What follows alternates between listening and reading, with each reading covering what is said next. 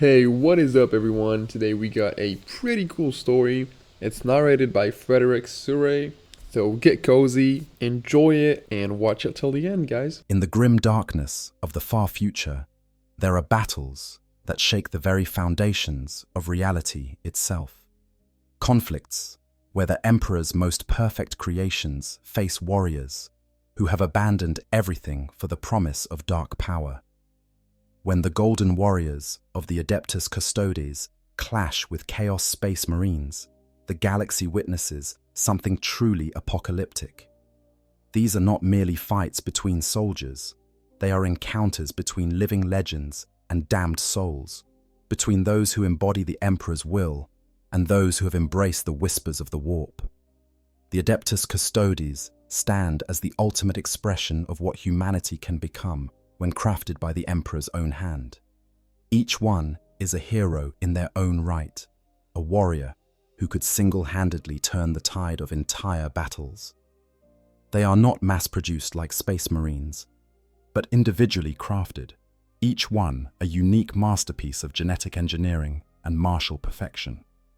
When they march to war, reality itself seems to bend around their presence, as if the universe recognizes that something fundamentally extraordinary walks among mortals. Against them stand the Chaos Space Marines, warriors who were once the galaxy's greatest defenders, but who have now become its most terrible threat. These are not simply renegades or traitors in the conventional sense. They are beings who have looked into the abyss of chaos and embraced what they found there. The dark gods have remade them, twisted their flesh and souls into instruments of corruption and destruction. Where Custodians represent the pinnacle of what the Emperor intended for humanity, Chaos Marines embody the terrible potential that emerges when that same potential is warped by the powers of the warp. The history of these two forces clashing stretches back to the darkest days of the Horus Heresy, when the Imperium tore itself apart in civil war. During that apocalyptic conflict, the Custodians found themselves fighting not on the battlefields of distant worlds, but in the twisted corridors of the webway itself, where demons and traitor marines poured through breaches in reality.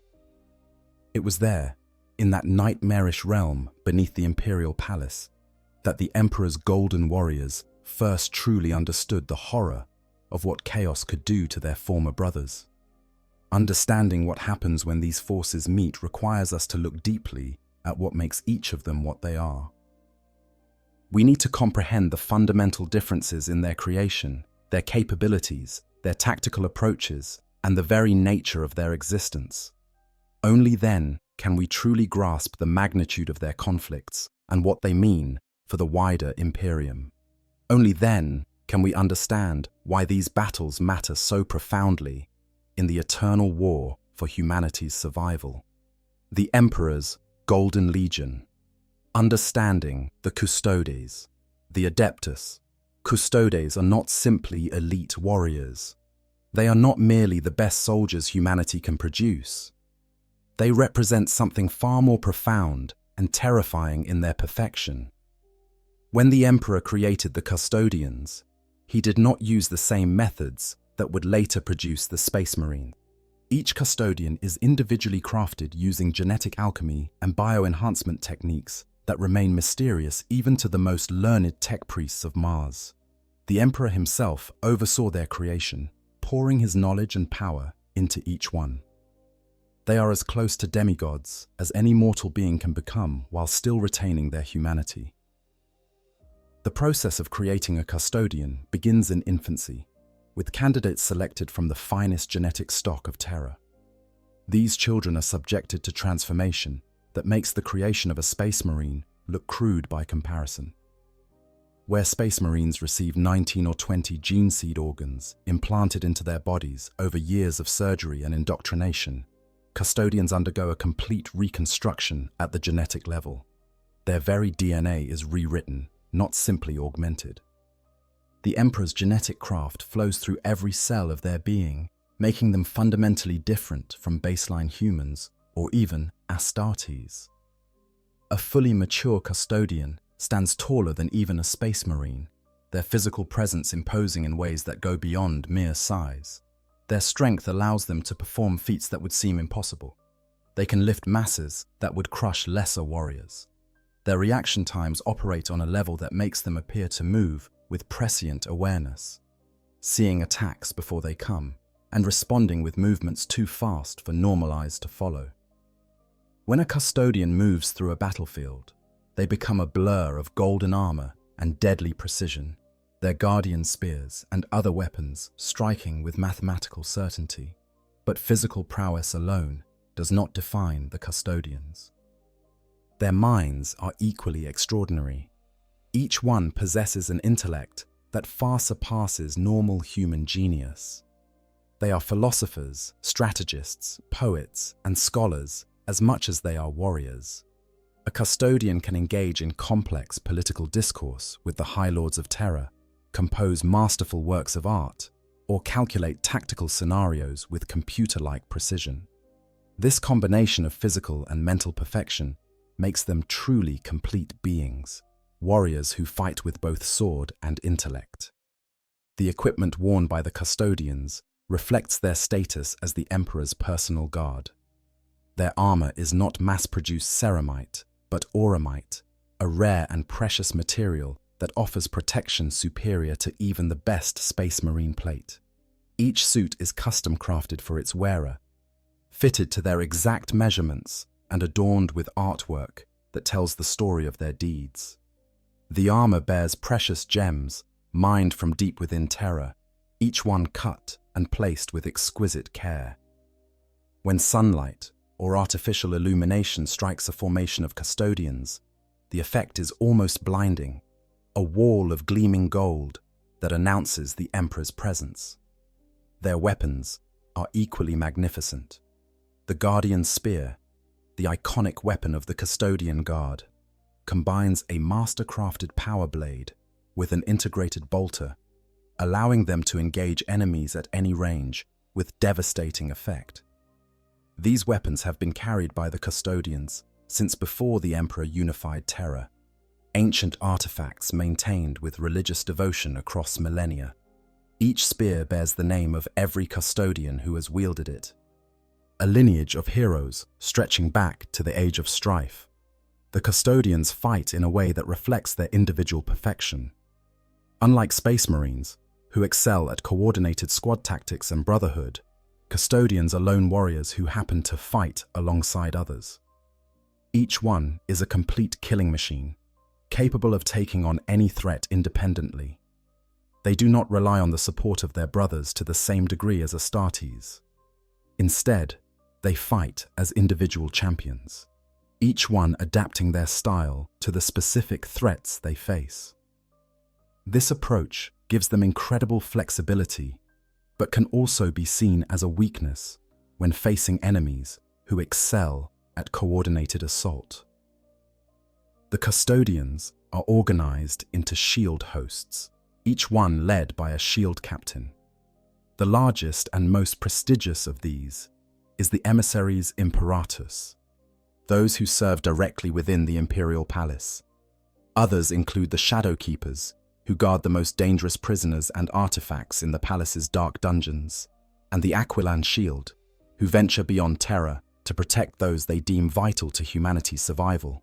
Each shield host has its own traditions and areas of expertise, but all share the same unwavering dedication to the Emperor's protection.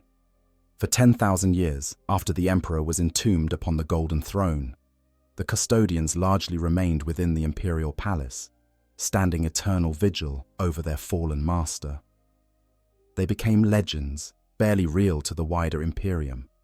Space Marines who served for centuries might never see a custodian. Entire generations of Imperial citizens lived and died without knowing that these golden warriors still existed. This isolation was born from the terrible guilt the custodians felt over their failure to prevent the Emperor's near death at the hands of Horus. But in recent years, that has changed. With the return of Reboot Gilliman and the opening of the Great Rift, the custodians have ventured forth from Terra in numbers not seen since the heresy. They have taken the fight to humanity's enemies, bringing their terrifying martial prowess to bear on battlefields across the galaxy. Wherever they appear, they turn the tide of conflicts that seemed lost. A single squad of custodians can achieve what entire companies of space marines might struggle to accomplish. The custodians possess one more crucial advantage that sets them apart from almost all other warriors in the galaxy. They are nearly impossible to corrupt. The genetic craftsmanship that went into their creation includes safeguards against the influence of chaos that far exceed even the protections built into the space marines.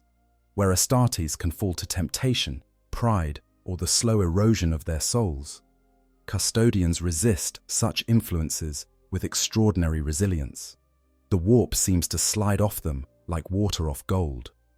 Demons find it nearly impossible to possess or directly influence them.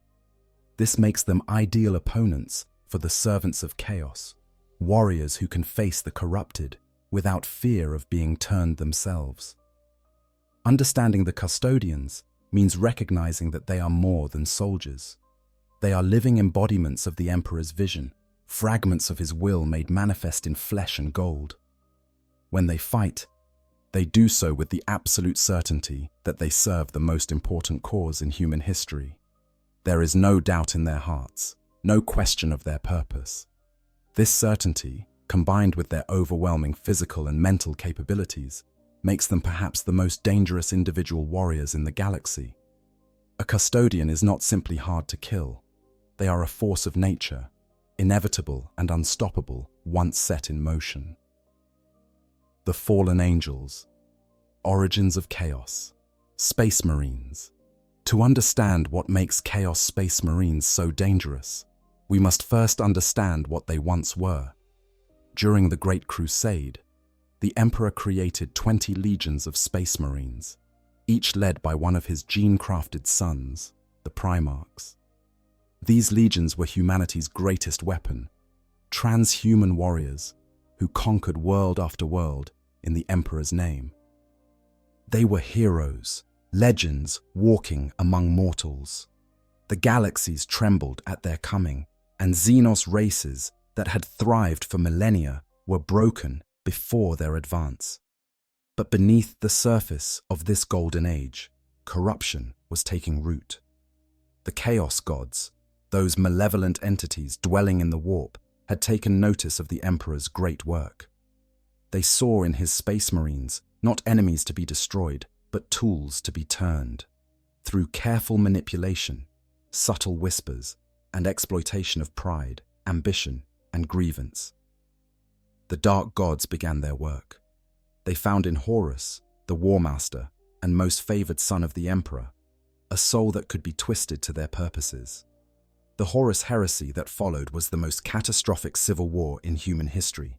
9 of the 20 legions turned traitor, pledging themselves to chaos in exchange for dark power. These were not newly raised warriors with weak wills. These were veterans of centuries of warfare, Marines who had fought alongside the Emperor himself during the unification of Terra and the early Crusade. Their fall was all the more terrible because of what they had been. Heroes became monsters. Protectors became butchers. Brothers turned their weapons on those they had sworn to defend.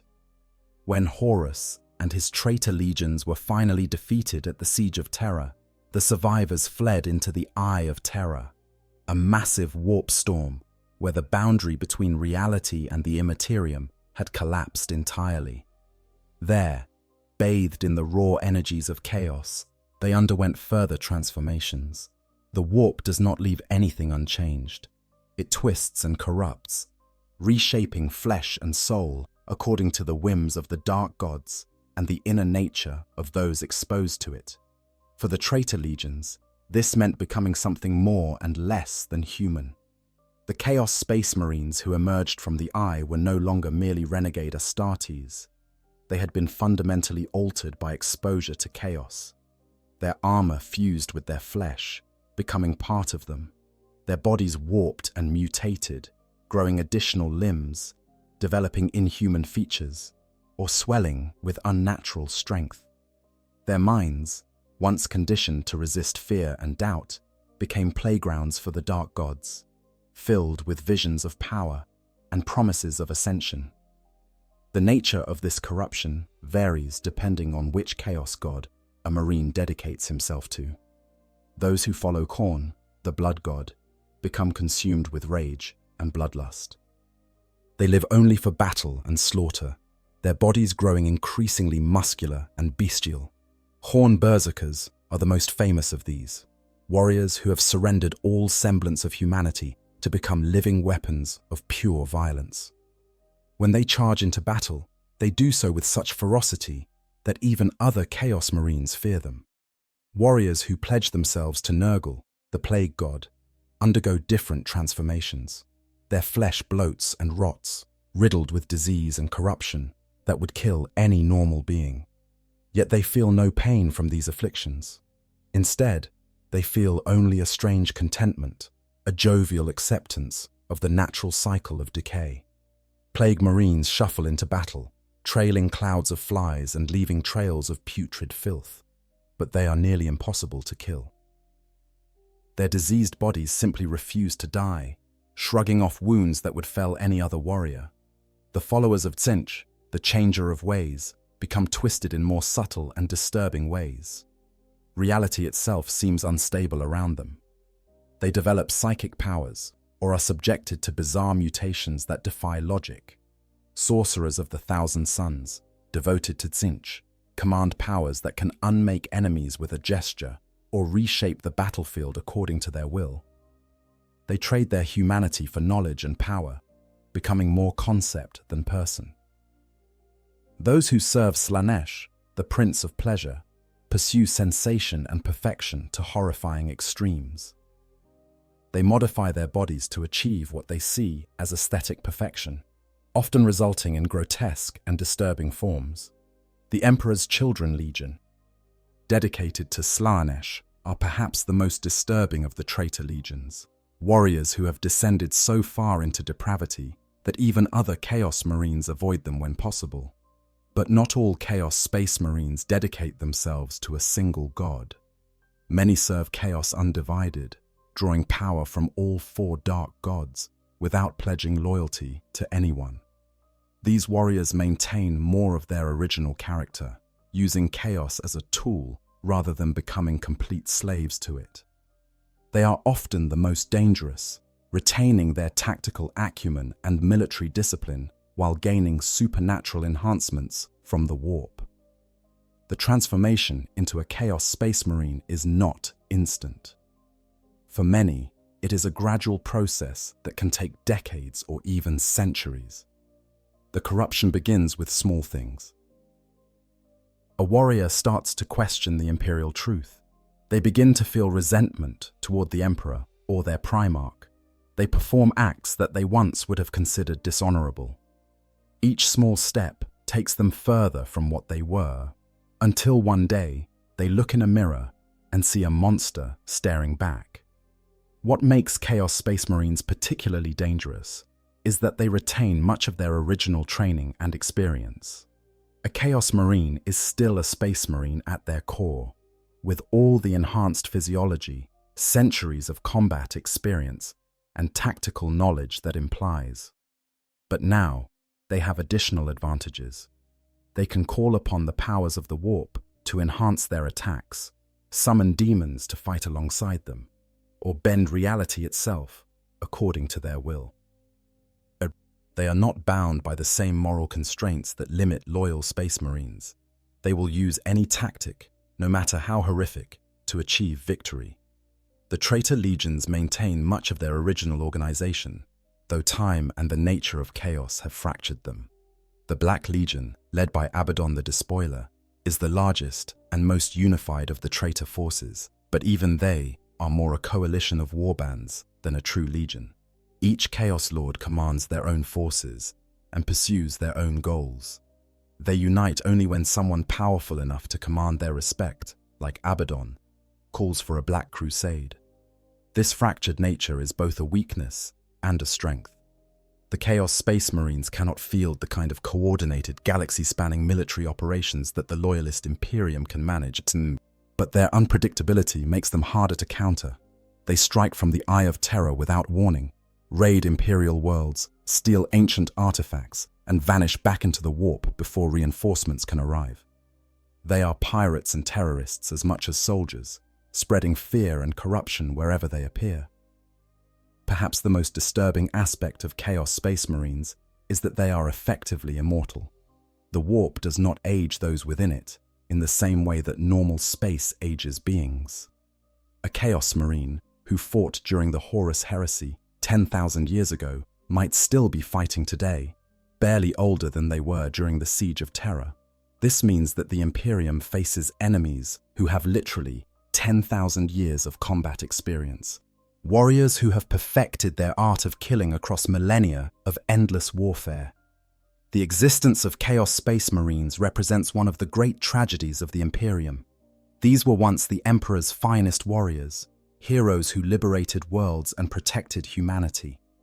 Now they are its greatest threat, enemies who know all the tactics and strategies of the Imperium because they helped create them.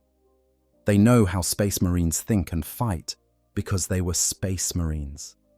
This insider knowledge makes them far more dangerous than any Xenos threat. When a Chaos Marine plans an attack, they do so with perfect understanding of how their former brothers will respond. Forged beyond perfection, Custodian creation and capabilities.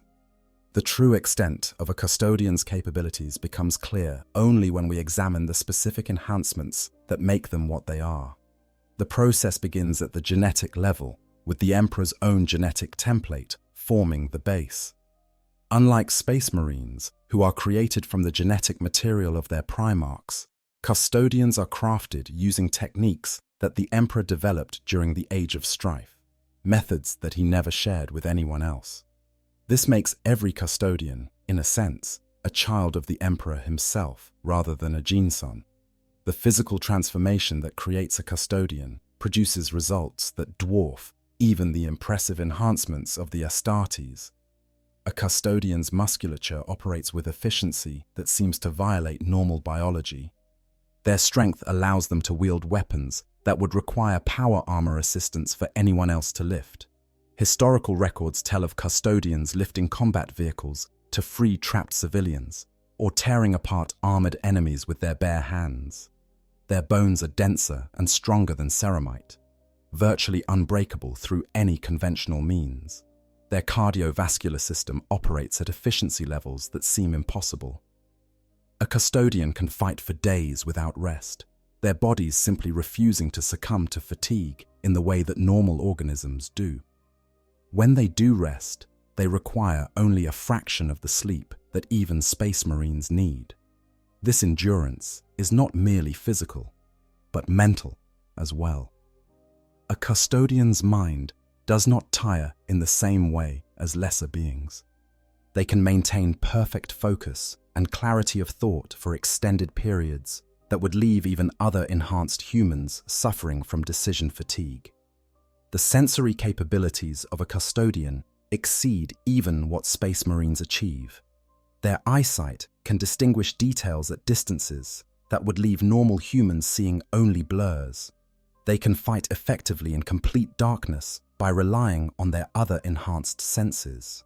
Their hearing picks up sounds across a spectrum far wider than human normal, allowing them to detect threats long before they become visible. Their sense of balance and spatial awareness is so refined that they can perform acrobatic feats while wearing their heavy armor that would seem impossible even for unarmored athletes. Perhaps most remarkably, Custodians possess what can only be described as precognitive combat instincts.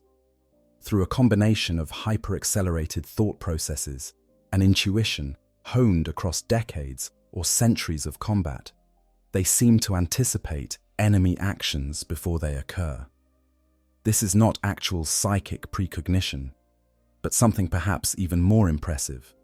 Their minds process combat information so rapidly and completely that they can calculate what an opponent will do based on the tiniest micro-expressions and body language cues.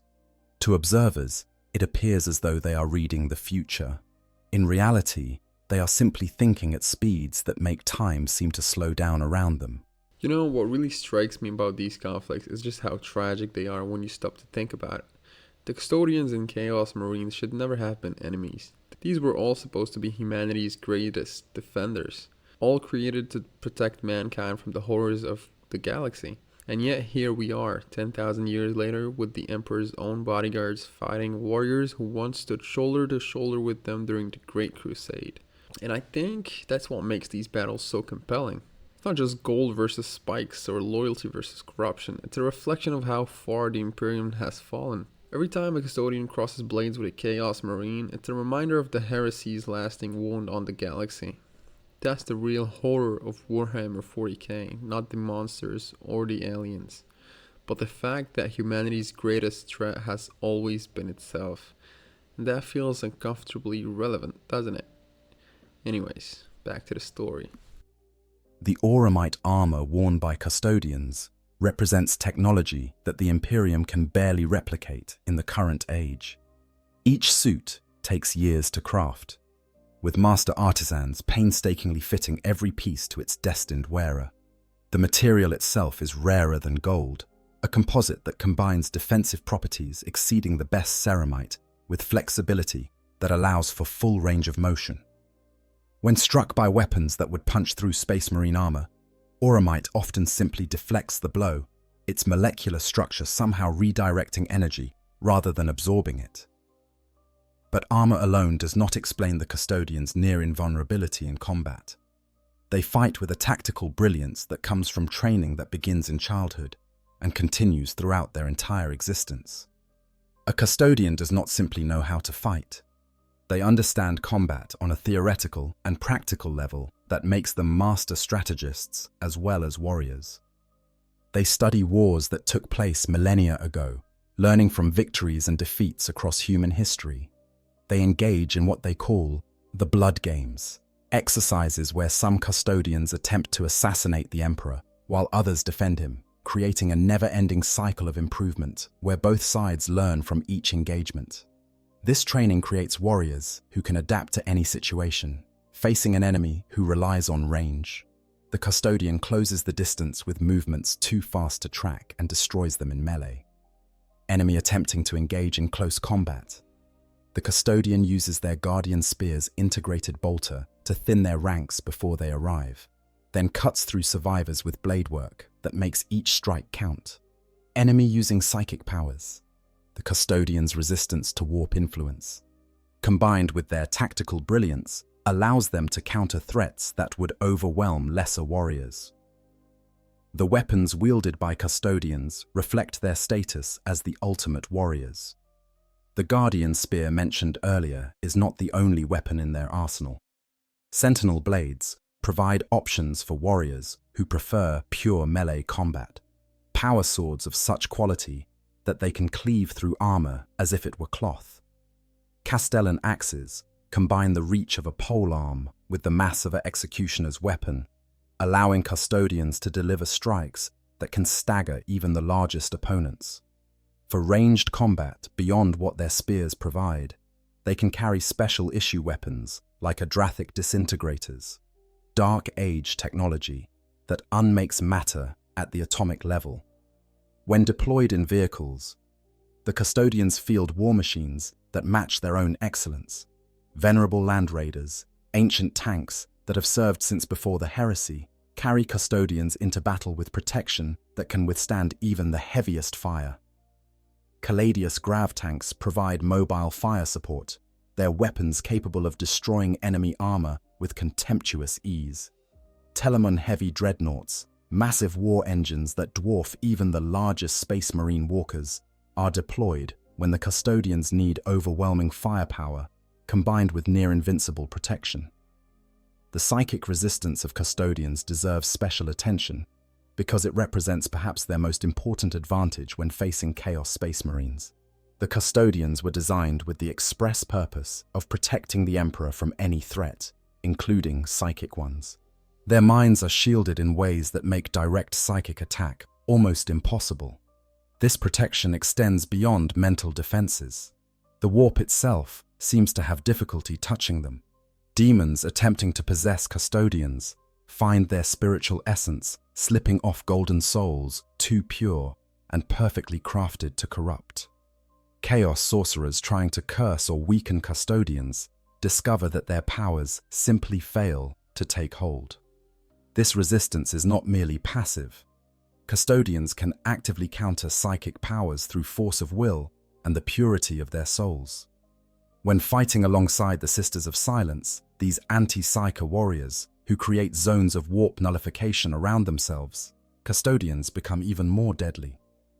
The combination of custodian martial prowess and sister psychic nullification creates what is known as the Talons of the Emperor, a force that is specifically designed to counter the corrupted and the demonic. The tactical doctrine of the custodians emphasizes their nature as individual champions. When they deploy, they do not fight like Space Marines, with sergeants giving orders and squad members carrying out specific roles.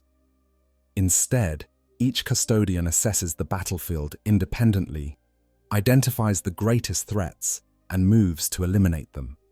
This creates a battlefield presence that is difficult for enemies to counter. There is no chain of command to disrupt by killing leaders, because every custodian is effectively a leader. There are no weak links in the formation, because every warrior is supremely capable. This approach has advantages and disadvantages. The advantages are obvious: incredible flexibility and the ability to adapt to rapidly changing situations. But the disadvantages become apparent when facing enemies who excel at coordinated assault. A well-organized force can sometimes overwhelm individual custodians through sheer weight of numbers, even though each enemy might be far inferior. The custodians counter this by being so superior individually that the numerical disadvantage often matters little, but against certain types of enemies, it can become a factor. The custodians also possess capabilities beyond pure combat.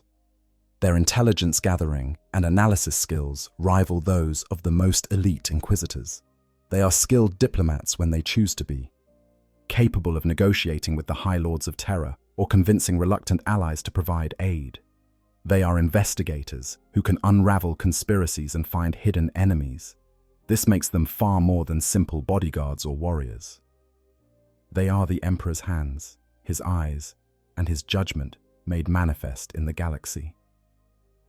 The Dark Transformation. How chaos corrupts the Astartes. The corruption that transforms Space Marines into servants of chaos is not a simple process. It does not happen overnight through a single moment of weakness. Instead, it is a gradual erosion, a slow poison that works its way into the soul through cracks in faith and discipline. Understanding this process is crucial to understanding what custodians face when they fight Chaos Marines, because they are not simply fighting enhanced warriors. They are fighting beings who have been fundamentally changed by powers that exist beyond normal reality. The first step toward corruption often comes through pride. Space Marines are rightfully proud of their capabilities and their service to the Emperor. But pride, when taken too far, becomes arrogance. A Marine begins to believe that he knows better than his commanders. He starts to question orders. He develops resentment toward those he sees as inferior, giving him direction. This opening, this crack in the armor of his soul, is all that chaos needs to begin its work. Or perhaps the corruption begins with despair. A Marine witnesses horrors that shake his faith. He sees civilians he was meant to protect slaughtered despite his best efforts. He watches brothers fall to enemies that seem impossible to defeat. The imperial truth that he was taught rings hollow when faced with the reality of a galaxy that seems intent on destroying all order and reason. In that moment of doubt, whispers come from the warp.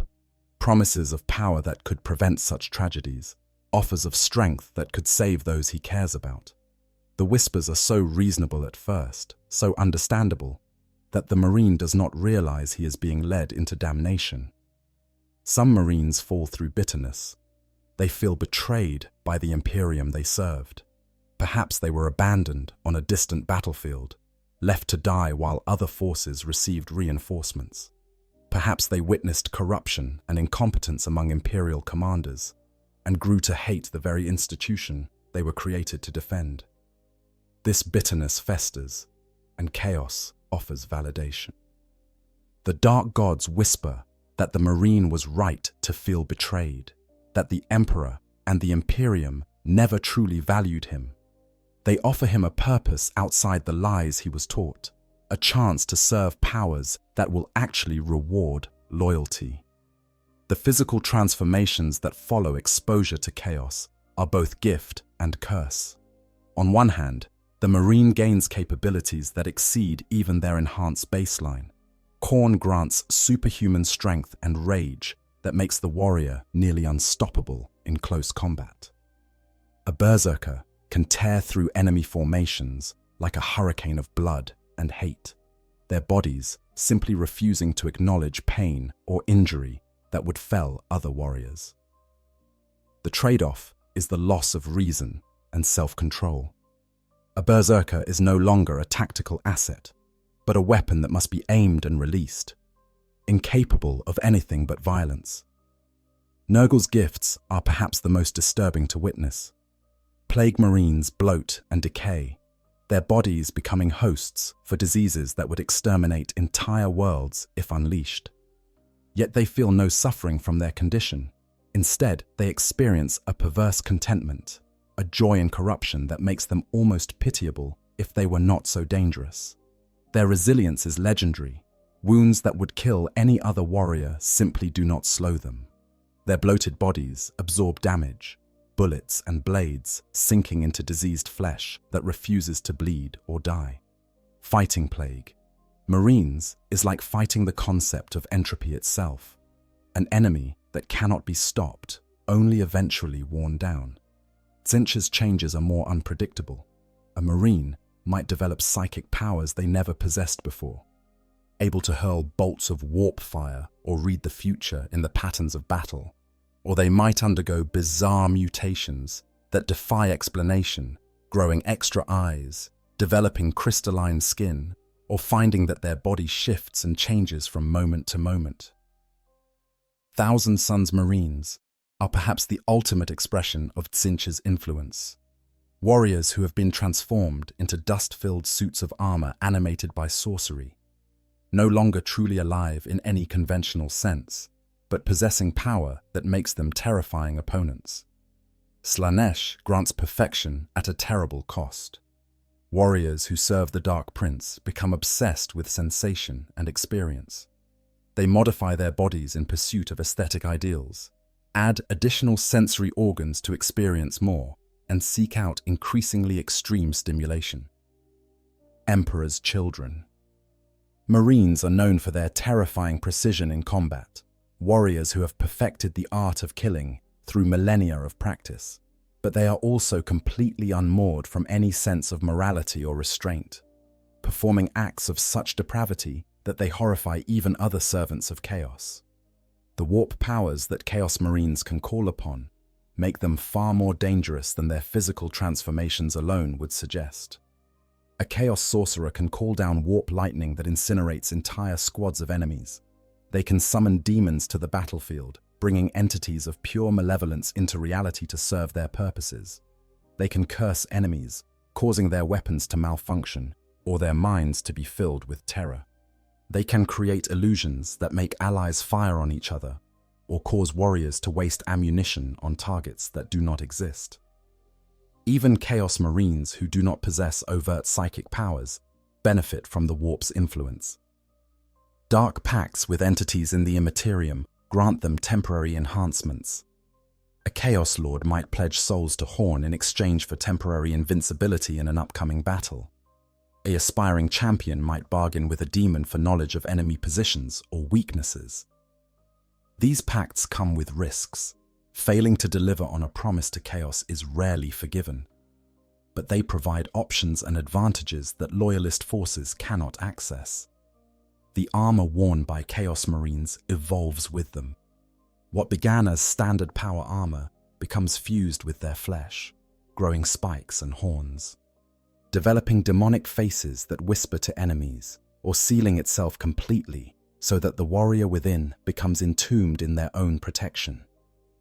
This fusion makes the armor impossible to remove, but it also makes it incredibly resilient.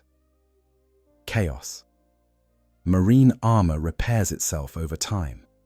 Dark energies knitting together damage that would leave conventional armor as scrap. Strike a Chaos Marine with a blow that should pierce their protection, and you might find that reality briefly warps around them, the blow deflecting at the last moment as the warp shields its chosen. The weapons of Chaos Marines combine advanced Imperial technology with demonic corruption.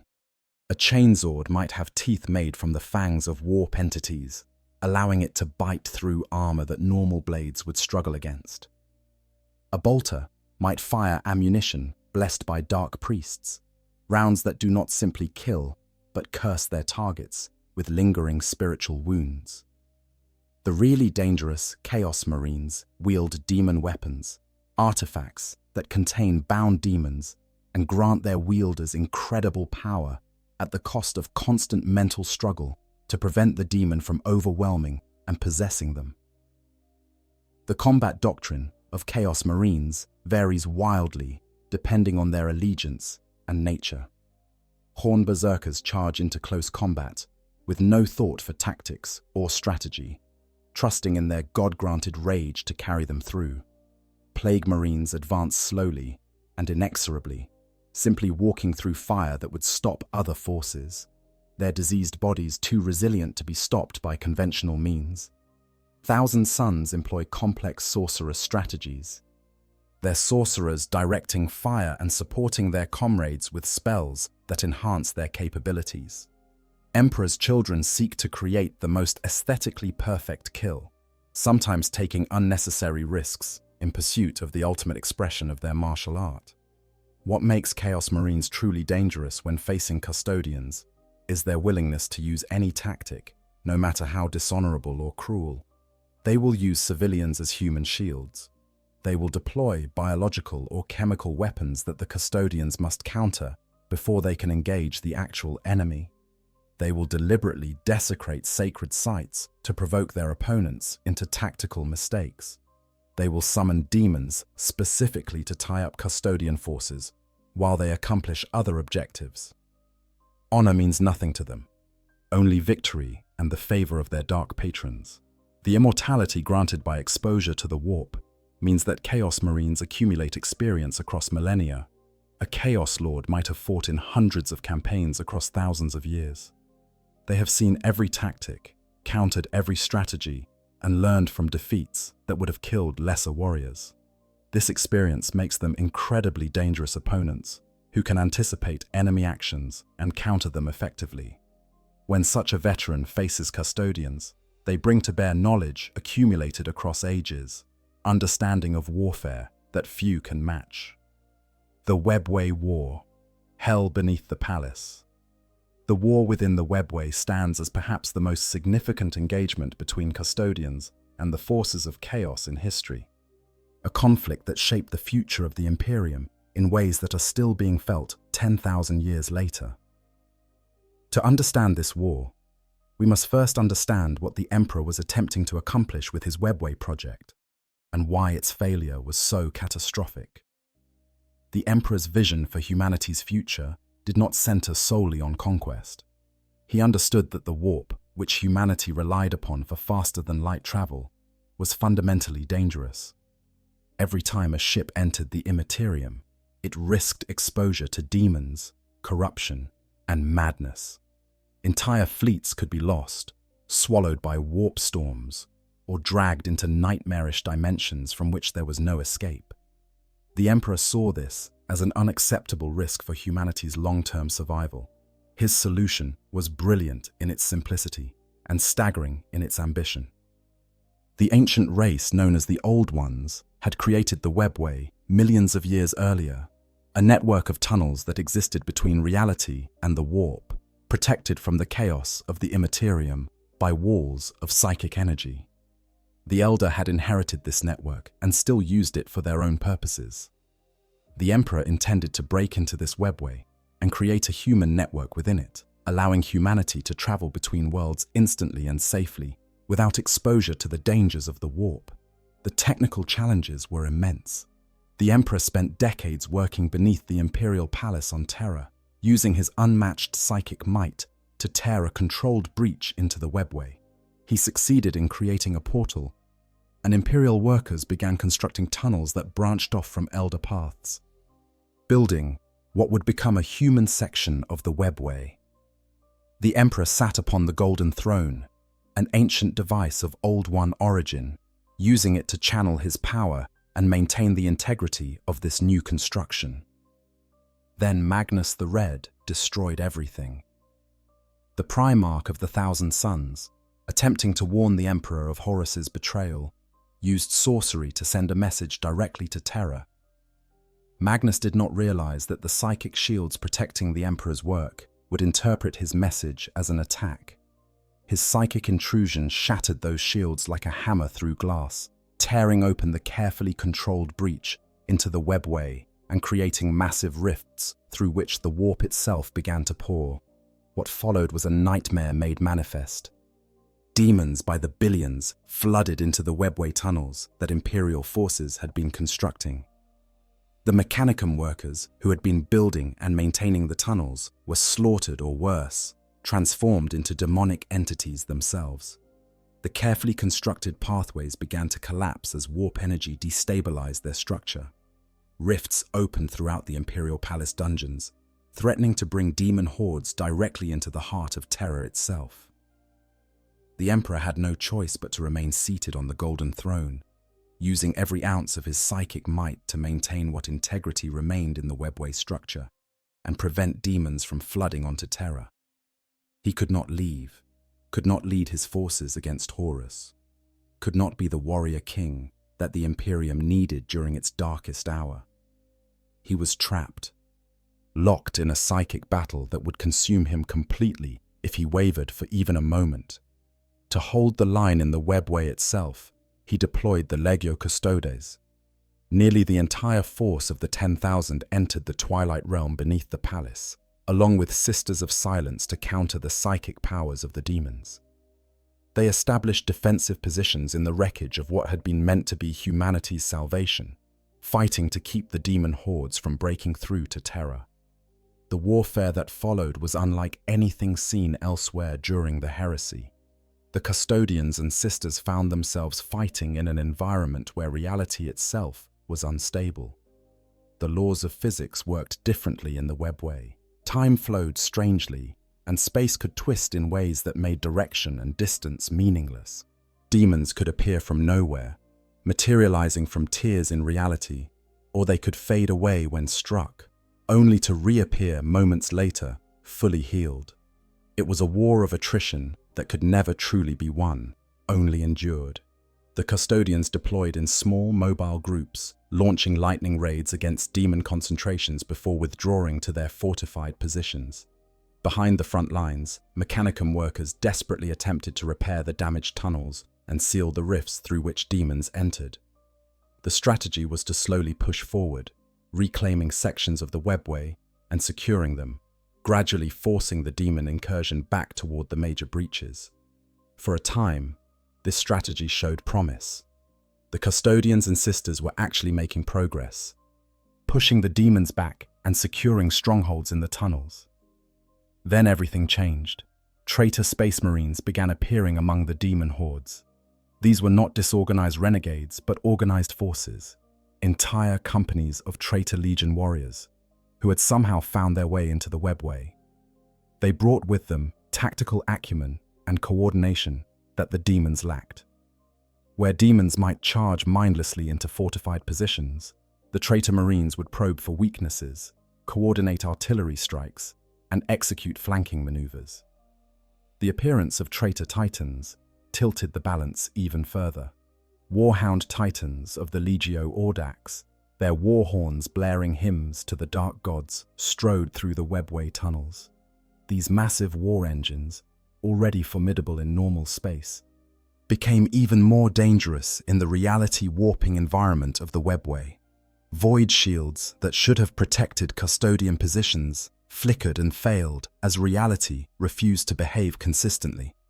Weapons that should have destroyed Titan armor found their power diluted by warp energies that made the normally reliable laws of physics optional. The defenders fought with desperate courage. Individual custodians held choke points against odds that should have overwhelmed them. Sisters of Silence pushed forward through demon hordes, their anti-psychic auras creating zones of stability in the madness. Skitarii shock troops from the Mechanicum laid down suppressing fire that allowed custodians to maneuver. But they were being ground down, the casualties mounting with each engagement. The emotional toll on the custodians was immense. They had never before been forced to fight a purely defensive war, holding ground rather than striking at the enemy. Their martial doctrine emphasized offense, aggressive action to eliminate threats, being forced to simply endure, to hold positions while knowing that they could not truly win, went against every instinct they possessed. Many began to feel something they had never experienced: despair. The war raged on for years, though time in the webway flowed strangely enough that exact measurements became difficult. The custodians who fought there experienced time differently than those on Terra, some spending decades in the webway, while only months passed outside. The psychological impact of this temporal distortion added to their suffering. Warriors would return to Terra briefly for resupply, only to discover that friends they had seen days earlier had actually been dead for months. Ra Endymion, one of the custodian tribunes commanding the webway forces, became the de facto leader after his fellow tribunes fell in battle. He bore the weight of command in an impossible situation, making decisions that often came down to choosing which forces to sacrifice and which to preserve. The toll this took on him was visible to all who saw him.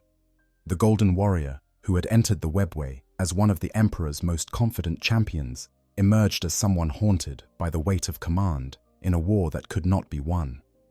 The situation became critical when Drachnyen appeared. This was no ordinary daemon, but something far more ancient and terrible. A weapon created from the concept of ending the first murder made manifest in the warp. Its very presence weakened reality, and wherever it fought, the webway structure itself began to fail. Custodians who faced it were not simply killed, but unmade, their essence consumed by something that existed beyond normal death. The Mechanicum forces under the Archimandrite began to crack under the strain. When an opportunity arose to retreat toward Mars through passages in the webway, the Archimandrite ordered her forces to withdraw, abandoning the custodians and sisters to their fate. This betrayal forced the Imperial forces to fall back to their final defensive line at the very portal leading to Terra. There was nowhere left to retreat. If they fell here, demons would flood into the Imperial Palace itself. At the moment of greatest desperation, the Emperor acted. Using a device called the Unspoken Sanction, he temporarily transferred his psychic burden from maintaining the webway to 1,000 sacrificed psykers. For a single day, he was free to leave the Golden Throne and enter the webway himself. What followed was a display of power that reminded everyone why the Emperor was feared even by gods. He manifested as a golden sun in the darkened tunnels, psychic fire radiating from him with such intensity that demons simply ceased to exist in his presence. He called forth an army of the faithful dead, spirits of fallen custodians and space marines who had died loyal to his cause, wreathing them in his power and sending them against the demon hordes. The Emperor carved through the chaos forces like a scythe through wheat, his every gesture unmaking hundreds of enemies. The custodians, reinvigorated by their master's presence, rallied and fought with renewed fury. For one glorious day, they were not simply holding the line, but winning, pushing back the demons and destroying the traitor marines who had caused so much suffering. But it could not last. The Emperor faced Drachnyen directly, and though he could not destroy the demon, he managed to trap it, preventing it from continuing its rampage. Then his time ran out, and he had to return to the Golden Throne. The war's end came not through victory, but through acceptance of failure. The Emperor made the terrible decision to abandon the Webway project entirely. Imperial forces withdrew back to Terra, and the Emperor sealed the portal, using his power to create a barrier that the demons could not breach. The webway that had been meant to be humanity's salvation became a tomb for countless warriors who had fought and died trying to preserve it. The war within the webway cost the Adeptus Custodes dearly. Their numbers were reduced from 10,000 to barely 1,000. Of those who survived, many bore scars, both physical and psychological, that would never fully heal. The Sisters of Silence were nearly wiped out entirely, their order reduced to a tiny fraction of its original strength. The trauma of the war would shape the Custodians for millennia to come, instilling in them a paranoia and caution that had never before characterized the Emperor's most elite warriors. For the Imperium, the consequences were catastrophic. The Emperor was now permanently bound to the Golden Throne, unable to lead his forces against Horus. The dream of a safe method of interstellar travel died in the webway. Humanity would forever be dependent on the dangerous warp for FTL travel, exposed to all its horrors. The isolation and stagnation that would characterize the Imperium for the next 10,000 years had their roots in the failure beneath the palace. The Webway War demonstrated several crucial lessons about conflicts between Custodians and Chaos forces. First, that numerical superiority matters even against the Emperor's finest warriors. The Custodians were individually superior to almost everything they faced, but they could be overwhelmed through sheer weight of numbers. Second, that fighting in the warp or warp-adjacent spaces negates many of the Custodians' advantages, as the unstable reality makes their precision and tactical brilliance harder to apply. Third, that Chaos's greatest weapon is time itself, the ability to endlessly regenerate forces, while the Imperium's resources are finite. One-on-one, individual combat analysis. When a single Custodian faces a single Chaos Space Marine in personal combat, the engagement reveals fundamental truths about both types of warrior.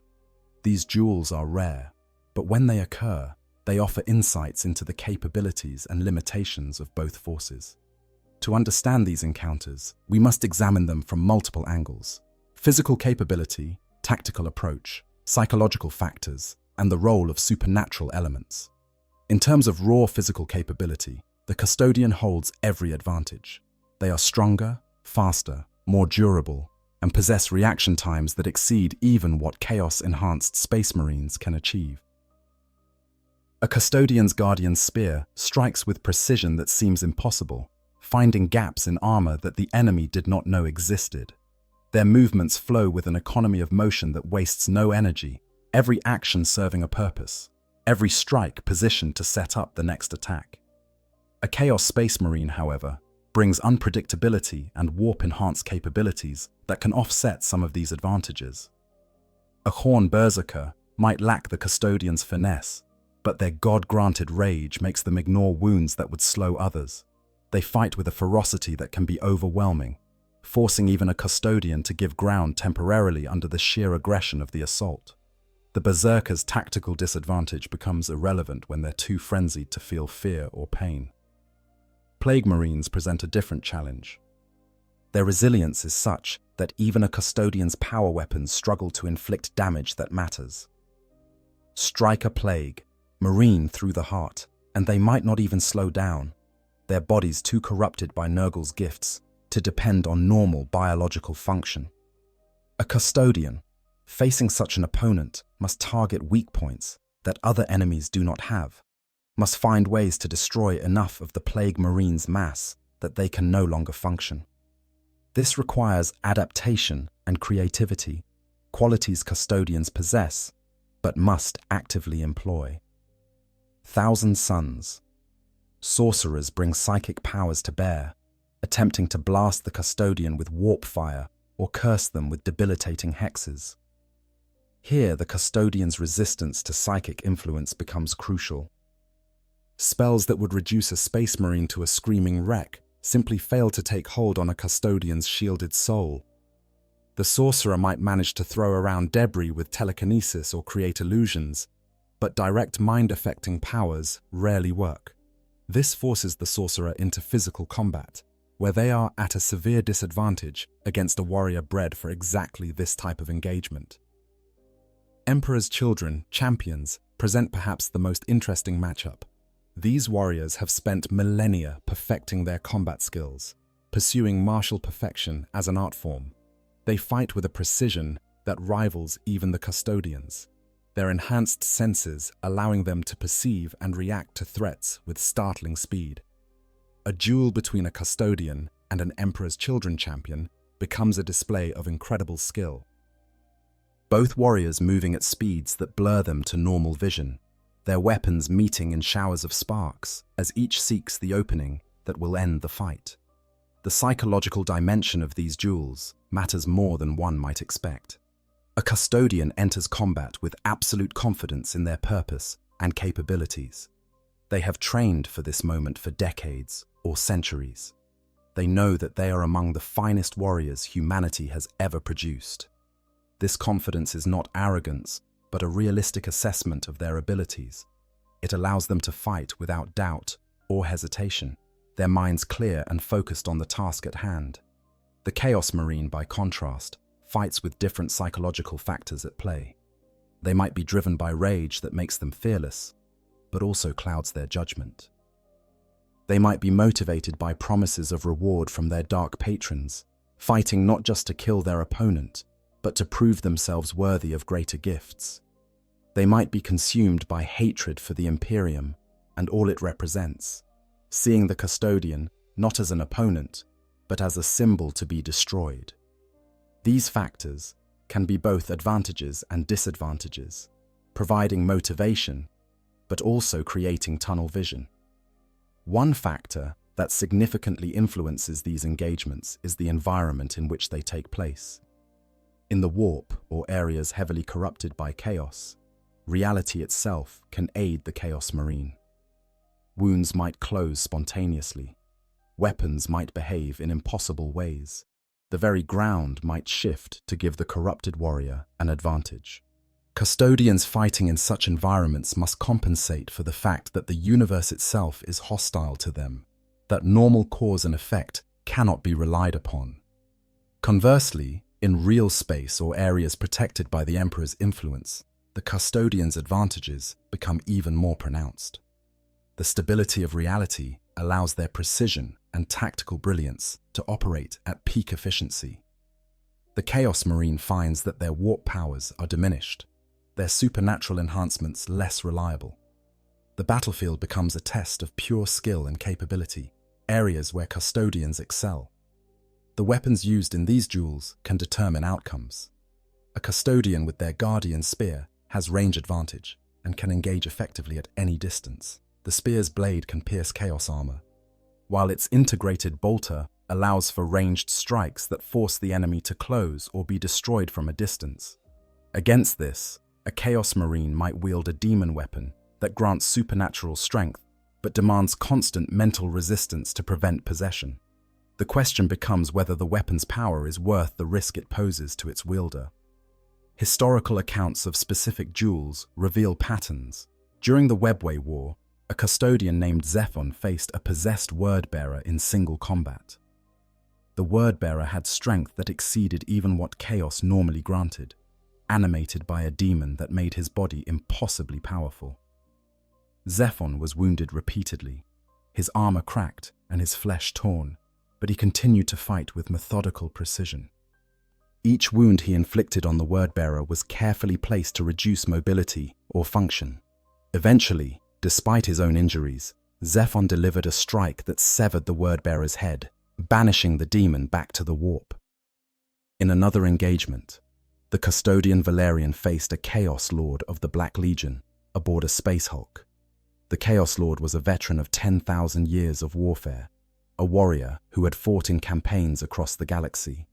He wielded a blade that had tasted the blood of thousands, and his armor was inscribed with runes of power gifted by the dark gods.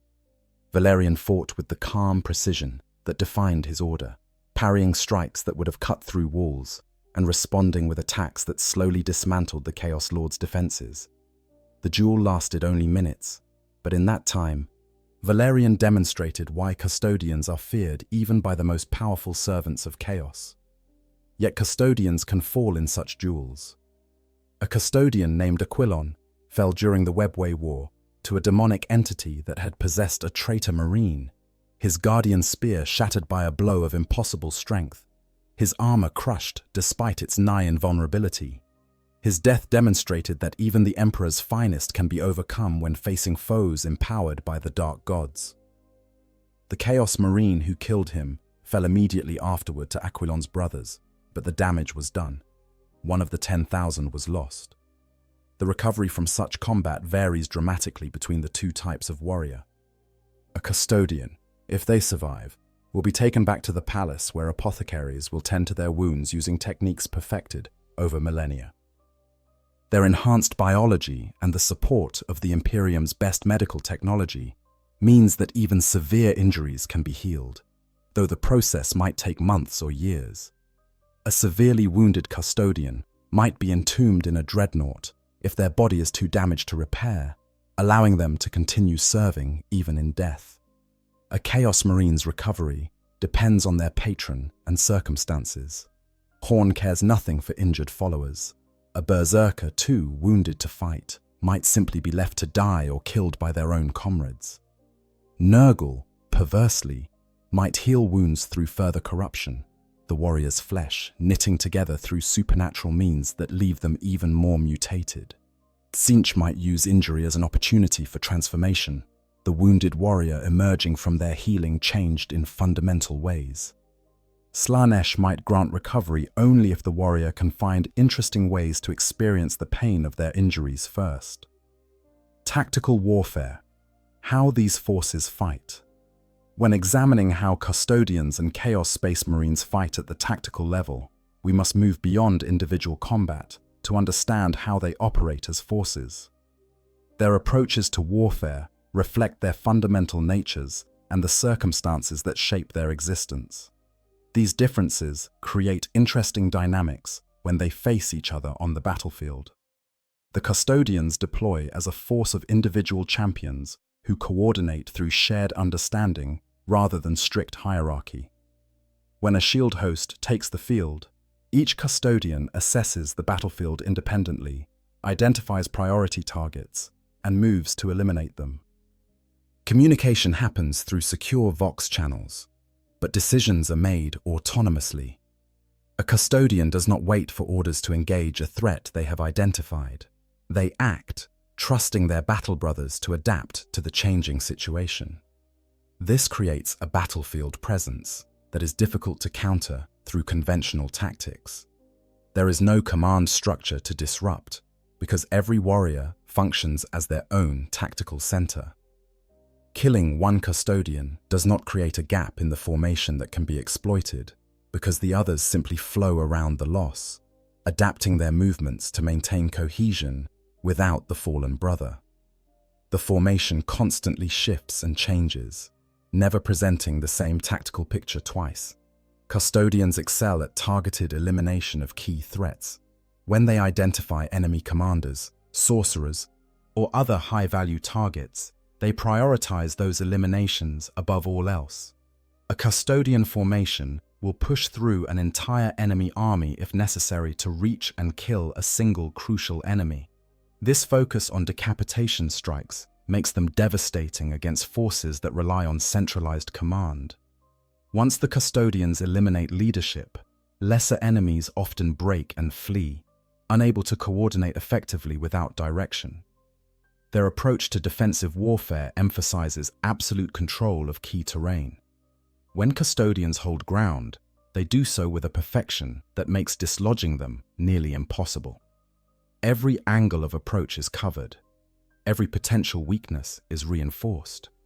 They position themselves to create overlapping fields of fire and mutual support, ensuring that any enemy attempting to assault their position faces fire from multiple angles. The custodians' individual prowess means that even small numbers can hold positions that would require far larger forces of other troops to defend. Chaos Space Marines, by contrast, fight with tactics that reflect their fragmented nature and varied allegiances. A Black Legion force might employ relatively conventional tactics, using their experience from 10,000 years of warfare to execute sophisticated battle plans. A World Eater's warband will simply charge the enemy, relying on their enhanced ferocity and Khorne's blessing to carry them through. Thousand Suns orchestrate elaborate sorcerer strategies, their sorcerers coordinating power to create effects far beyond what individual psykers could achieve. The lack of unified command among Chaos forces can be both weakness and strength. Without a central authority imposing discipline, different Chaos Lords pursue their own goals even during the same battle. This can lead to lack of coordination and missed opportunities, but it also creates unpredictability that is difficult for enemies to counter. Custodians preparing to face a Chaos force might find their tactical predictions useless when different enemy elements pursue contradictory strategies simultaneously. Chaos Marines excel at asymmetric warfare and terror tactics. They will use human shields, knowing that Custodians might hesitate to fire through innocent civilians. They deploy biological weapons that force their enemies to slow their advance while dealing with contamination. They summon demons not necessarily to win direct engagements, but to create chaos and confusion that allows them to accomplish other objectives. These tactics exploit the Custodians' desire to protect civilians and preserve infrastructure, turning their nobility into a vulnerability. When it comes to ranged combat, Custodians possess superior accuracy and equipment, but Chaos forces often have advantages in volume of fire. A unit of Custodians might number 5 or 10 warriors, each one deadly at range but still limited by the fact that they are individuals. A Chaos warband might field dozens of Marines, even hundreds if cultists are included. The weight of fire from such numbers can overwhelm even Custodian defenses through sheer volume, forcing them to close to melee range where their advantages become more pronounced. Close combat is where Custodians truly dominate.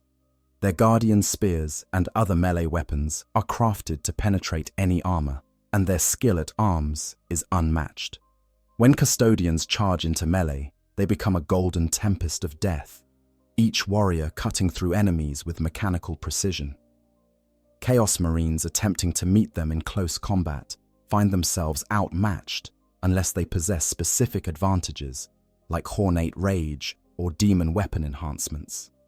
Even then, the Custodian's superior skill usually tells. The use of vehicles and heavy equipment differs significantly between the forces. Custodians deploy vehicles rarely, preferring to rely on their own capabilities. When they do use vehicles, they are inevitably ancient, valuable artifacts like venerable land raiders or Caladius grav tanks. These vehicles are piloted with the same precision that Custodians bring to personal combat, becoming extensions of their will. Custodian vehicles tend to be used for transportation or for providing supporting fire from positions that allow them to dominate the battlefield. Chaos forces utilize whatever vehicles they can maintain or steal. Rhino transports carry them into battle, often corrupted and adorned with blasphemous symbols. Chaos land raiders are bastardized versions of Imperial vehicles, their machine spirits twisted by corruption. Defiler war engines, half machine and half demon, stalk the battlefield on crab-like legs, their battle cannons spewing corrupted shells. The variety and unpredictability of Chaos vehicles creates challenges for Custodians, who must adapt to threats that do not follow logical patterns. Air support represents a significant advantage for whichever side can secure it. Custodian forces might be supported by Orion gunships, ancient vessels that rain destruction from above while deploying troops directly into combat zones. Chaos forces could deploy Helldrakes, demonic aircraft that spew warp fire and sow terror wherever they fly. Control of the air can determine the outcome of engagements, allowing forces to strike at the enemy's weak points or deny them the ability to maneuver freely. One interesting tactical consideration is how both forces deal with combined arms warfare. The Imperium usually supports Custodians with Sisters of Silence to counter psychic threats and sometimes with Imperial Guard units to provide numbers and area control. The combination of custodian precision, sister anti-psycho capabilities, and guard volume creates a flexible force that can adapt to many situations. Chaos forces might be supported by cultists, demons, or even corrupted Imperial Guard. These supporting elements can absorb attention and firepower, while the elite Chaos Marines maneuver for decisive strikes. The psychological dimension of these tactical engagements should not be underestimated. When custodians take the field, their presence alone can break enemy morale. Lesser warriors who witness the Golden Champions cutting through their comrades might flee rather than face certain death. Chaos forces, however, are often immune to such fears. Berserkers welcome death in combat. Plague Marines view their own mortality with jovial indifference. The fearlessness of chaos. Marines means that custodians cannot rely on psychological warfare to the same extent they might against more conventional foes. Information warfare and intelligence gathering play crucial roles in these conflicts. Custodians have access to the Imperium's best intelligence networks and can call upon inquisitors or other agencies for information. They prepare for engagements with detailed reconnaissance and tactical analysis. Chaos forces often rely on precognition from their sorcerers or information provided by demons, sources that can be unreliable but occasionally provide insights that no mundane intelligence gathering could achieve. The spiritual dimension, faith versus corruption. Beyond the physical and tactical aspects of combat between custodians and Chaos Space Marines lies a spiritual dimension that is just as important, perhaps more so. These warriors do not simply fight for territory or resources. They fight for the souls of humanity and the nature of reality itself. Understanding this spiritual conflict is essential to comprehending what truly happens when these forces meet. For custodians, their war is fundamentally a defense of the Emperor's vision for humanity.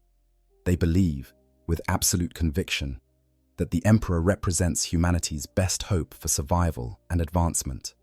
Every action they take, every enemy they kill, serves this greater purpose. This faith is not blind religious devotion, but a rational conclusion reached through analysis and experience. The custodians know what the Emperor created, what he accomplished, and what he intended. They fight to preserve that dream, even though it has been shattered by the events of the heresy. The custodians' resistance to chaos corruption is not merely a matter of genetic engineering or psychic shielding. It stems from a fundamental incompatibility between what they are and what chaos represents.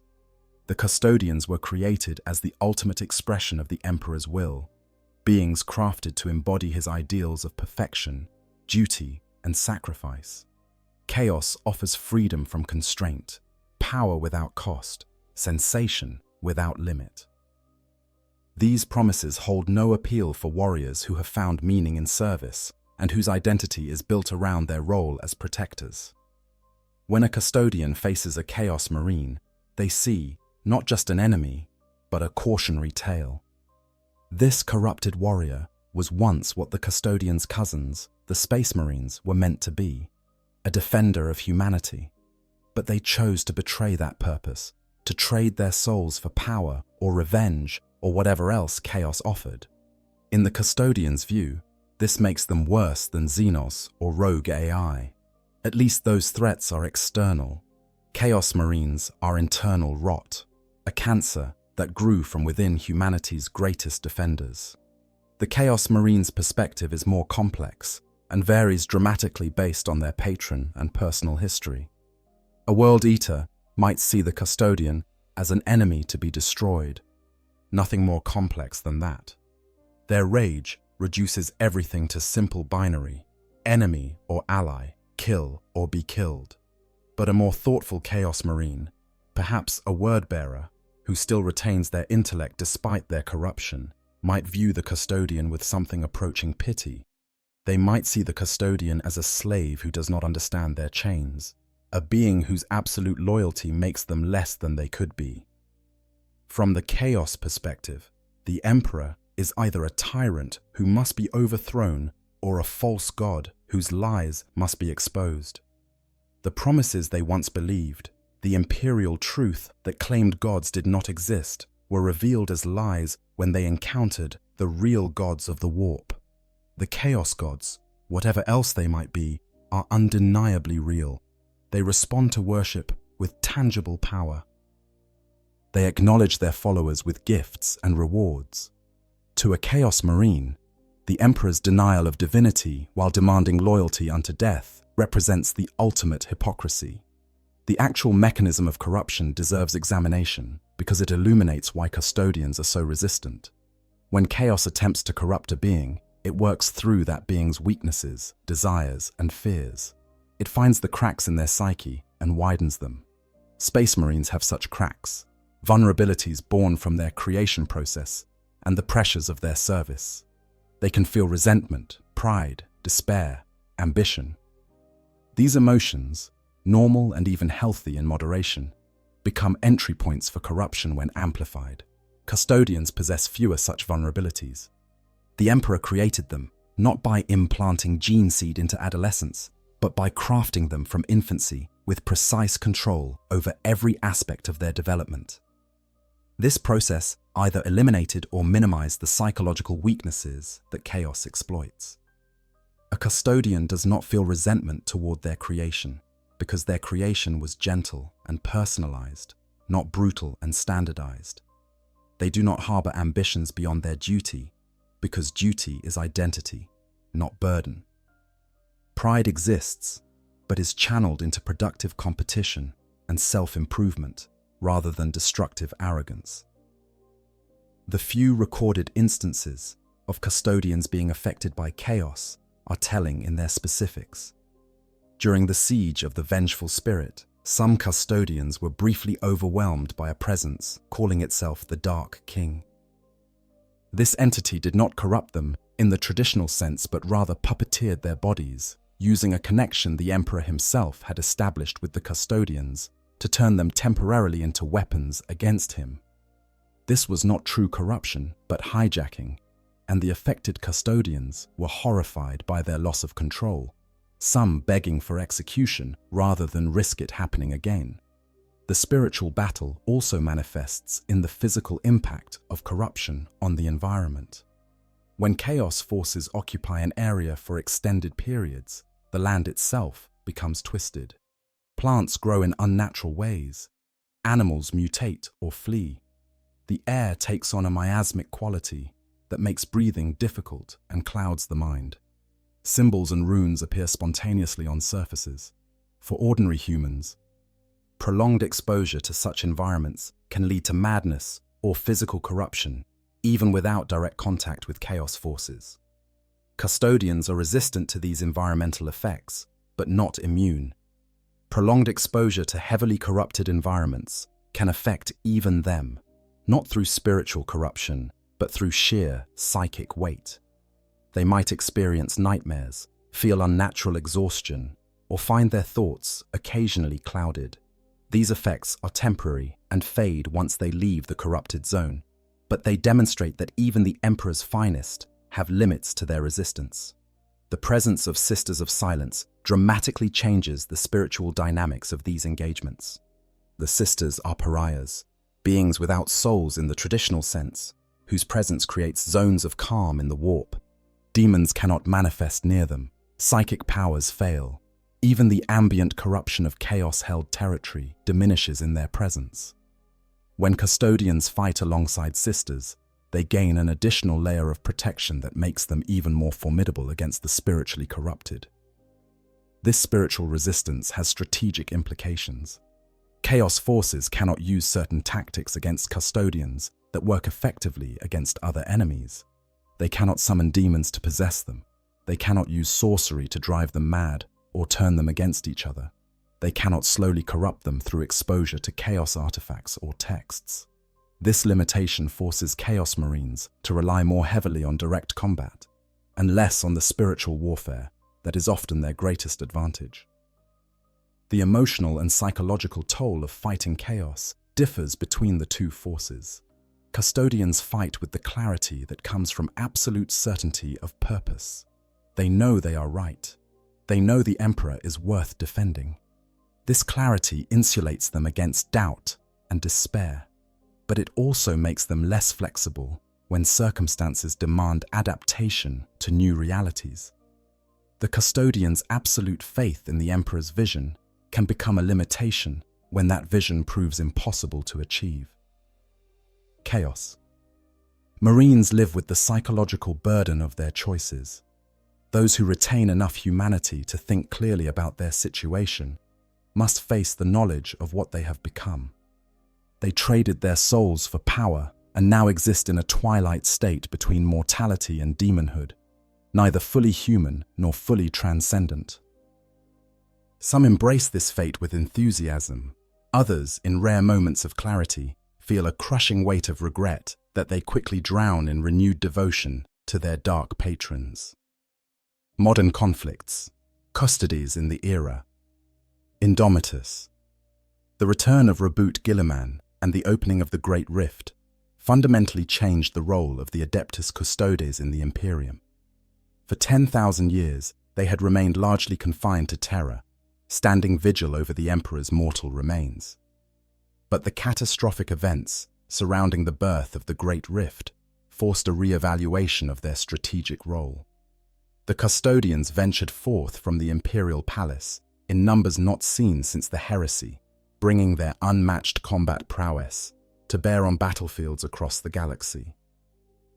This new era of active deployment has resulted in numerous engagements between Custodians and Chaos Space Marines. These conflicts differ in nature from the desperate defensive war fought in the Webway. Now the Custodians operate as expeditionary forces, striking at Chaos strongholds, defending critical worlds, and hunting down traitor commanders. They are no longer simply reactive defenders, but active participants in the Imperium's wars. One of the first major engagements of this new era occurred during Abaddon's 13th Black Crusade.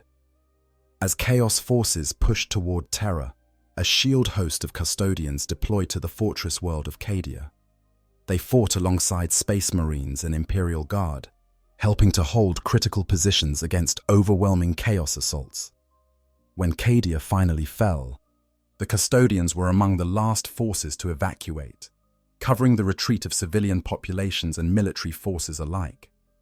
Their presence on Cadia, while unable to prevent its ultimate destruction, saved countless lives and demonstrated that the Custodians would no longer hide behind Terra's walls.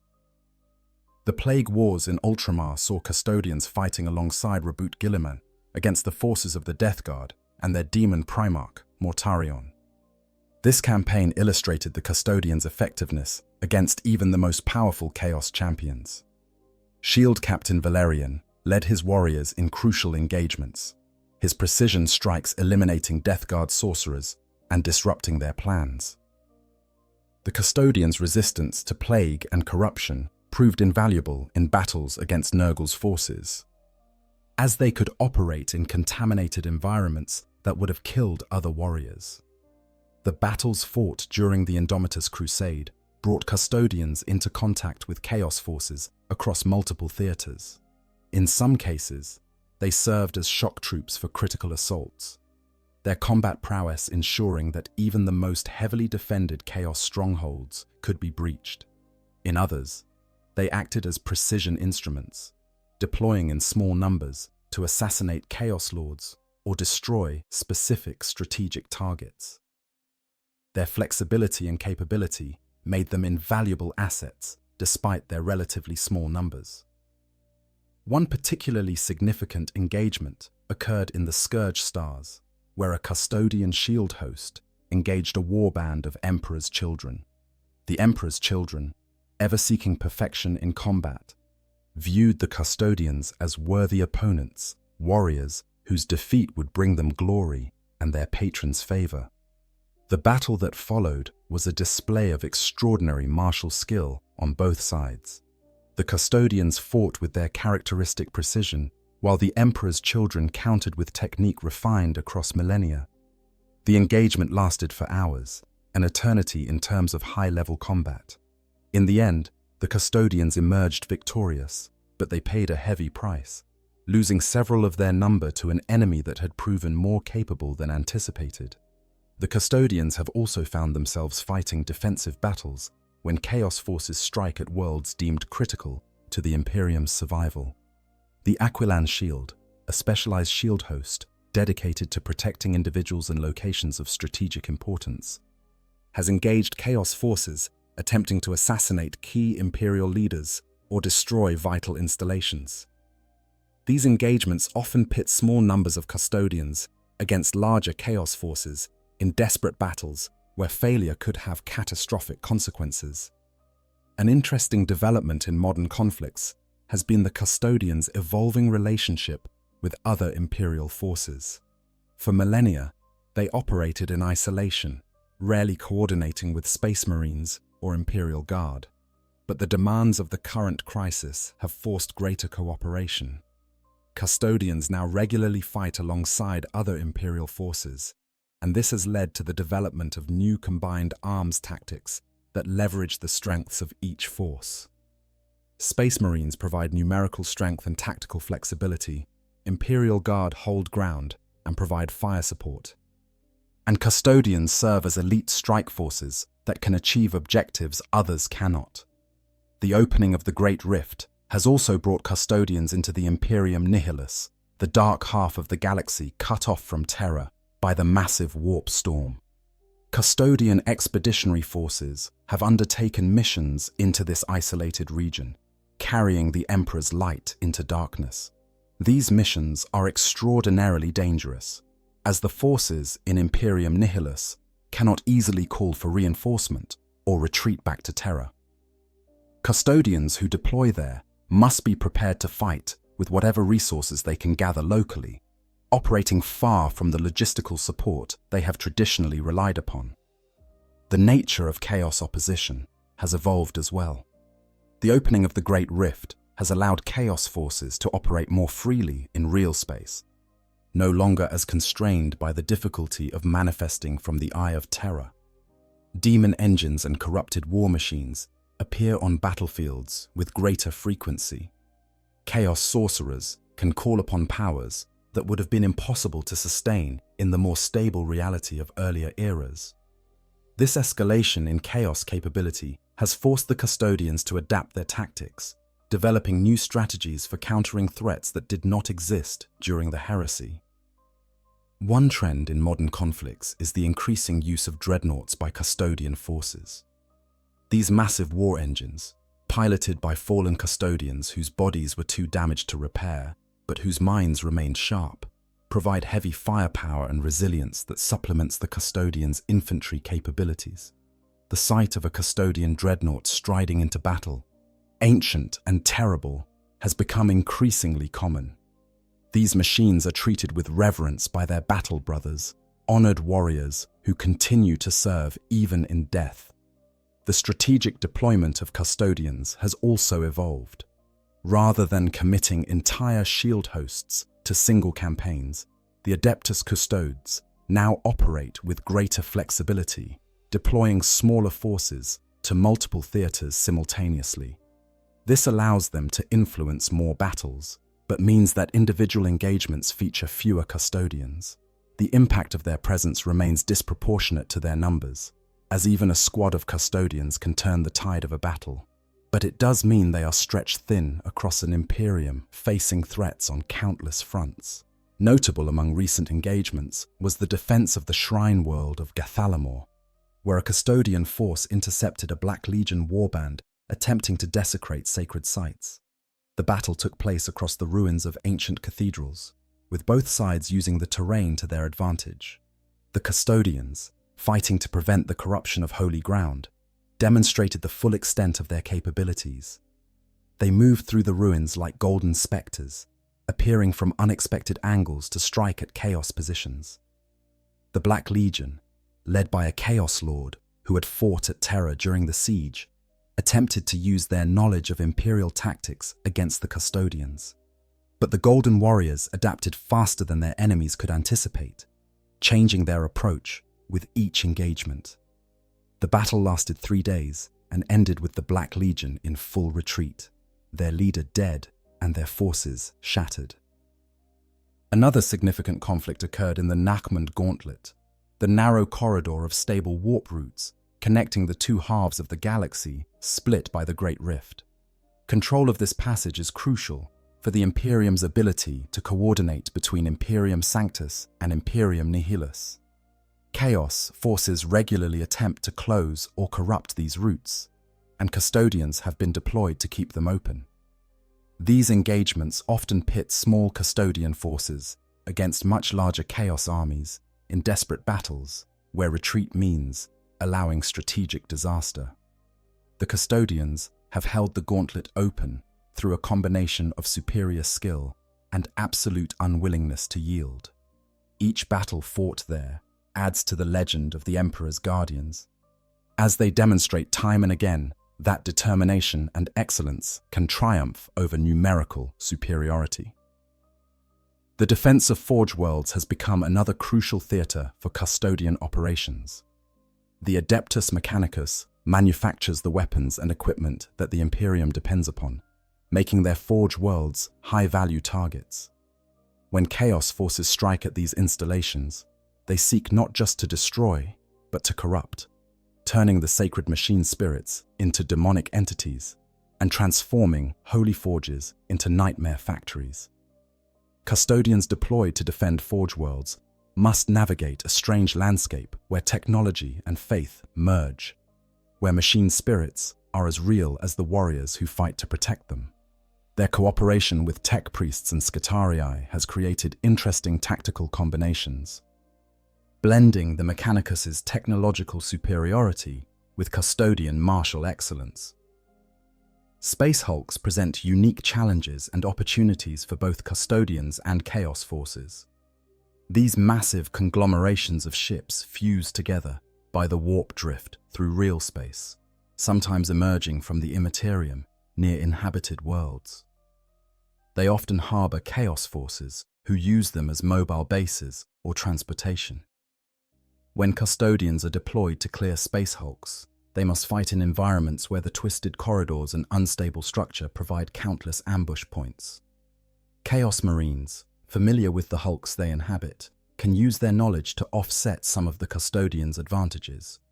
Yet even in these nightmarish settings, the Golden Warriors prove their worth, methodically clearing sections and destroying enemies with the patience and precision that defines their approach to warfare. The Custodians have also found themselves dealing with a new threat: chaos-corrupted Imperial officials and military commanders. These are not Space Marines, but normal humans who have been turned to the service of the Dark Gods through years of subtle influence. When such corruption is discovered at high levels of Imperial government or military command, the situation requires delicate handling. Simply executing the traitor might cause political complications or military setbacks. The Custodians must often work with Inquisitors and other agencies to plan operations that remove the corrupted individuals while minimizing collateral damage to loyal Imperial institutions. These are intelligence operations as much as military ones, requiring skills that go beyond simple combat prowess. The psychological impact of Custodian deployment on both sides should not be underestimated. For Imperial forces, the arrival of the Golden Warriors brings hope and inspiration. Seeing the Emperor's own guardians fighting alongside them reminds them what they fight for and why their struggle matters. Guard regiments that were on the verge of breaking have rallied when Custodians joined the line. Space Marine chapters fighting desperate defensive actions have found renewed determination when they learned the Emperor's guardians fought beside them. This morale boost can be as valuable as the Custodians' combat capabilities, turning battles that seemed lost into hard-fought victories. For Chaos forces, the presence of Custodians is often deeply unsettling. These are warriors who cannot be corrupted, cannot be turned, cannot be broken. Fighting them means facing an enemy who will never surrender, never falter, and never stop until either they or their enemies lie dead. Even Chaos Marines, who have fought for millennia, sometimes feel a moment of doubt when facing Custodians. They remember, perhaps, what they once were, what they might have become if they had remained loyal. The golden armor is a reminder of everything they betrayed, and for some, that reminder is more painful than any wound. The price of such wars. Every conflict between Custodians and Chaos Space Marines exacts a terrible cost, though the nature of that cost differs dramatically between the two forces. Understanding what these wars cost each side provides insight into their strategic calculations and the long-term implications of their ongoing struggle. These prices are not merely measured in lives lost, but in opportunities forgone, psychological trauma endured, and the slow erosion of resources that cannot be replaced. For the Adeptus Custodes, every loss is catastrophic in ways that other forces cannot fully comprehend. The Custodians number perhaps a few thousand at most, and each one represents years or decades of work. From the moment a candidate is selected as an infant to the day they reach full maturity as a warrior, the process of creating a Custodian requires resources and expertise that exist nowhere else in the Imperium. When a Custodian falls in battle, they take with them centuries of accumulated experience and skills that can never be fully replaced. The psychological cost to the Custodians is similarly severe.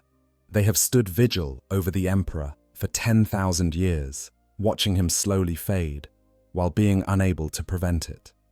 Every battle they fight is shadowed by the knowledge that they failed once, that Horus breached the Imperial Palace and struck down the Emperor despite their best efforts. This trauma, this sense of having failed in their most sacred duty, drives them to desperate acts of valor and sacrifice. They fight with the fury of warriors who are trying to atone for a sin committed 10 millennia ago. The scarcity of Custodians also affects Imperial strategic planning. There are never enough of them to be everywhere they are needed. Commanders must make agonizing decisions about where to deploy these precious resources. Do they send Custodians to defend a hive world of billions, or to protect a smaller population that includes key scientists or strategists? Do they use them to kill a Chaos Lord who has terrorized a sector, or to guard a relic that might be crucial to future operations? These decisions weigh heavily on those who must make them. For Chaos Space Marines, the cost of their wars is measured differently. Their immortality means they do not fear death in the same way that other warriors do. A Chaos Marine who falls in battle might be brought back by their patron, resurrected to fight again. Even if true death claims them, they believe they will be incorporated into the essence of their chosen god, becoming part of something greater. This changes the calculus of sacrifice. They can take risks and accept casualties that would be unthinkable for forces that value the lives of their warriors. But Chaos forces pay other costs. Every promise made to the Dark Gods must eventually be fulfilled. Every power granted comes with strings attached. A Chaos Lord who bargains for the strength to defeat Custodians might find themselves bound to serve that god in ways they did not anticipate. The gifts of chaos are often curses in disguise, mutations and changes that make the recipient more powerful, but also more monstrous, less human, and more thing. The fractured nature of chaos forces imposes its own costs. Chaos Marines cannot simply requisition reinforcements or supplies from a central authority. They must take what they need from conquered worlds, steal from other chaos warbands, or manufacture it in corrupted forges, where the laws of physics are more suggestions than rules. This makes them logistically vulnerable in ways that the Imperium, despite its inefficiencies, is not. A chaos warband can be stranded and isolated if their supply lines are disrupted, forced to raid simply to survive, rather than pursuing strategic objectives. The corruption that empowers Chaos Marines also degrades their equipment and infrastructure over time. Armor corrodes and fuses with flesh. Weapons develop minds of their own. Vehicles become possessed by demons that must be constantly appeased lest they refuse to function. What begins as a tactical advantage, the melding of machine and demon to create something more than either, eventually becomes a burden, as the chaos corruption spreads to everything the warband touches. There is also a spiritual cost to serving chaos that even the most devoted followers sometimes acknowledge in moments of clarity. They have traded their souls for power, and while that power is real and significant, it comes with the knowledge that they are no longer truly in control of their own fates. The dark gods are not benevolent overlords. They are capricious entities who reward and punish according to their inscrutable whims. A Chaos Marine who has served faithfully for centuries might be abandoned by their patron on a whim or elevated to demonhood for reasons they cannot comprehend. The broader strategic costs of these conflicts ripple outward to affect the entire Imperium. Every custodian deployed to fight chaos is a custodian not guarding Terra or the Emperor. This creates vulnerabilities that enemies could potentially exploit. If enough custodians are drawn away from the palace by threats elsewhere, Terra itself might become vulnerable to attack. The balancing act between active deployment and defensive preparation is a constant source of tension within the custodian leadership. For worlds where these battles are fought, the cost is often total. When custodians and Chaos Marines clash, the collateral damage can be enormous. Buildings are destroyed. Populations are caught in the crossfire. Land becomes corrupted by warp energies that will take generations to cleanse, if it can be cleansed at all. Some worlds never recover from being the site of such conflicts, their populations reduced, their infrastructure shattered, their spirits broken by witnessing warfare on a scale they could never have imagined. The opportunity costs matter as well. Resources spent fighting these wars cannot be used for other purposes. Custodians hunting chaos warbands in the void cannot be protecting vital installations from other threats. Chaos forces engaged in battles with custodians cannot be corrupting imperial worlds or seeking out artifacts of power. The zero-sum nature of warfare means that both sides are constantly forced to choose between competing priorities, knowing that every choice means leaving other opportunities unexploited. Perhaps the greatest cost is the slow attrition that neither side can truly afford. The custodians lose warriors they cannot replace at historical rates. The chaos forces lose veterans whose experience and skill cannot be duplicated, even with immortality and dark powers. Both sides are slowly being ground down by 10,000 years of continuous warfare. The question is not whether they can win these individual battles, but whether they can sustain the losses over the vast timescales involved. In the end, the price of these wars is measured not just in the immediate casualties, but in the future that both sides are sacrificing. Every custodian who falls is one less protector standing between the Emperor and his enemies. Every Chaos Marine destroyed is one less vector for corruption to spread through the galaxy. Both sides pay these prices willingly because they believe their causes justify any cost. But the cumulative toll of millennia of warfare has left both forces shadows of what they once were, and the Imperium itself teeters on the brink of extinction as these ancient enemies continue their eternal struggle. Conclusion. The conflicts between Adeptus Custodes and Chaos Space Marines represent more than mere military engagements. They are clashes between opposing visions of humanity's future, between the Emperor's dream of ordered enlightenment and the Chaos God's promise of transcendent power. When Golden Warriors meet the corrupted, reality itself seems to hold its breath, recognizing that something profound hangs in the balance.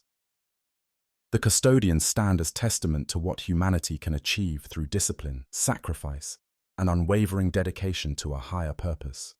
They are the Emperor's vision made manifest.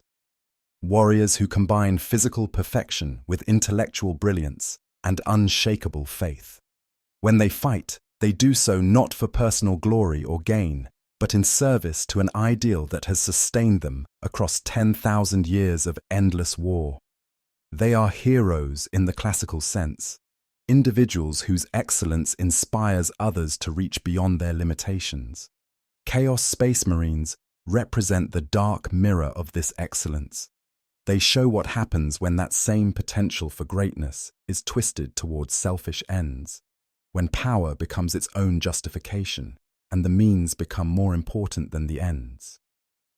They are tragedies as much as monsters, warriors who once stood for everything the Imperium represents, but who have fallen so far that redemption seems impossible. They fight with skill equal to or exceeding the Custodians in many cases, but they fight for causes that ultimately serve only to drag the galaxy deeper into darkness. These conflicts will never truly end. As long as the Imperium stands and chaos exists, the Golden Warriors will face the corrupted in battles that shake worlds. Each engagement might seem small in the vast scope of galactic history, but each one matters because it represents another stand against the darkness, another refusal to surrender to forces that promise easy power at the cost of everything that makes humanity worth preserving.